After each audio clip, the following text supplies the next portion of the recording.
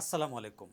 Soft sound but producing from the living beings, অর্থাৎ কোনো প্রাণী বা পশু বা মানুষ এদের থেকে উৎপাদিত সফট সাউন্ডগুলোকে আমরা ইংরেজিতে কেমনে বলবো? এটাকে আমরা বলবো হুইসপার, কানে কানে কথা, হুইসপার। তারপরে মারমার, মারমার মানে হচ্ছে খুবই সফট ভয়েসে কথা বলা, মারমার। রাসেল মানে অর্থাৎ পেপার বা পাতা কুড়ানোর যে শব্দটা, পাতার মরমর ধ্বনি কবিরা বলে না, সেই মরমর ধ্বনিকে আমরা বলবো হচ্ছে রাসেল।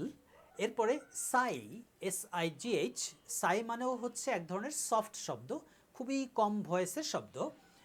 হাম অথবা বাজ মানে হচ্ছে গুনগুন শব্দ, চার পাঁচজন বন্ধু মিলে কানে কানে কথাবার্তা বলছে, গুনগুন করে কেউ আল্লাহর জিকির করছে, দিস ইজ কল্ড বাজ অর হাম সাউন্ড।